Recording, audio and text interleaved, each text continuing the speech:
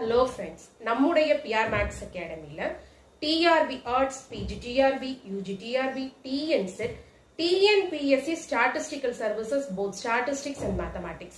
இந்த எக்ஸாமினேஷன்ஸ்க்கெல்லாம் online coaching கொடுத்துட்டு இருக்கோம். ஸ்டடி மெட்டீரியலும் அவைலபிளா இருக்கு.